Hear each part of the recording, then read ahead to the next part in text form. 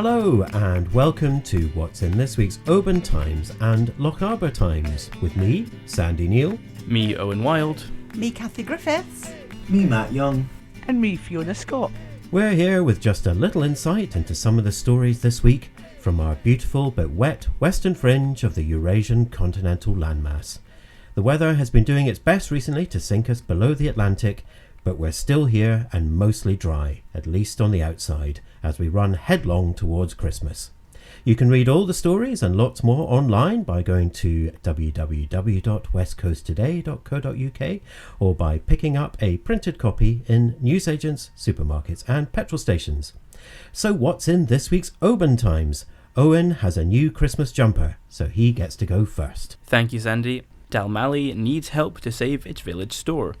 The shop is on the market, and if it's not sold by the end of March, it will close. A recent meeting of the Community Council showed widespread support for keeping the store, but it was decided that the community don't have the resources for a buyout. And finally from me, Oban High School Pipe Band have done the town proud. They starred on stage at Hooly in the Hydro this weekend, and the young pipers and drummers got quite the reception from the crowd. You can see photos in this week's paper or on our website. Thank you very much, Owen.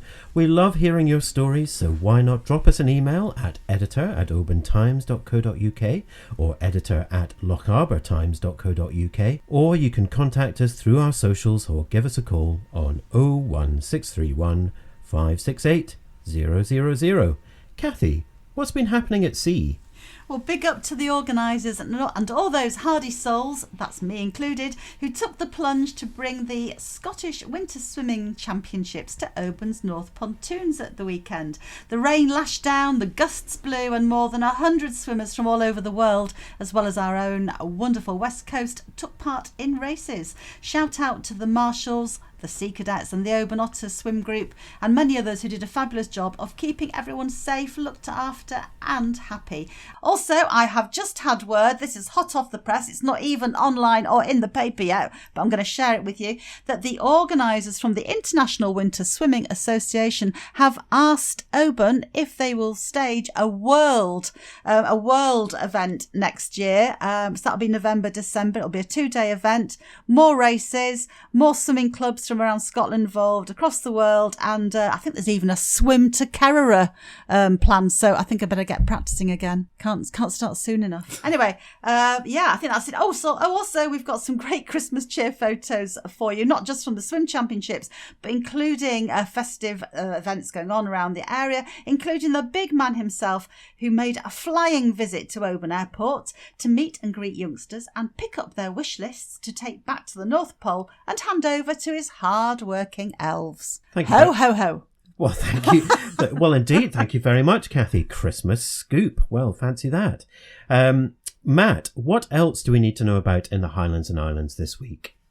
Over 1,000 Oban homes are registered as short-term lets according to a Freedom of Information request obtained by the Oban Times. The figures come to light as the council continue to try and solve the area's housing issues, having declared an emergency back in 2023. Short-term let control areas have been consulted and implemented across the Highland Council area. An Argyll and Bute Council spokesperson said they are considering all available data when informing future decisions. A report suggests concerns about ferry service reliability on young people's mental health and employment prospects could impact their likelihood of remaining within island communities. The University of Glasgow study noted that younger focus group participants cited mental health concerns in the short term and the limiting of career opportunities in the medium-long term. Thank you very much, Matt.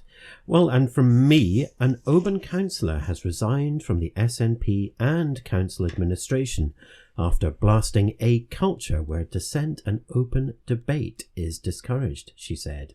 An MP has demanded a timetable for replacing ScotRail's old and cold trains on the West Highland Line, after a journey he described as an embarrassing advert for the Highlands and Scotland's national rail operator. Fee, what's going on up north in the lands of the Lochaber Times? Thank you, Sandy. Well, Panta season has well and truly started. Oh no, it hasn't. Oh yes, it has. Lochaber showstoppers take to the stage on the afternoon of Thursday, December the 18th for the first of 5 performances of Alice in Wonderland. Tickets are still available for Thursday evening, Friday evening, Saturday afternoon, and the final performance on Saturday evening. Details of how to book are in this week's Lochaber Times.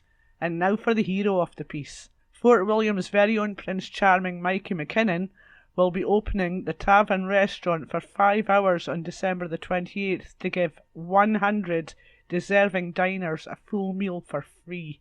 Well done, Mikey. You can find all about Mikey's big-hearted gesture and lots more in this week's Lochaber Times or on our website at www.westcoasttoday.co.uk.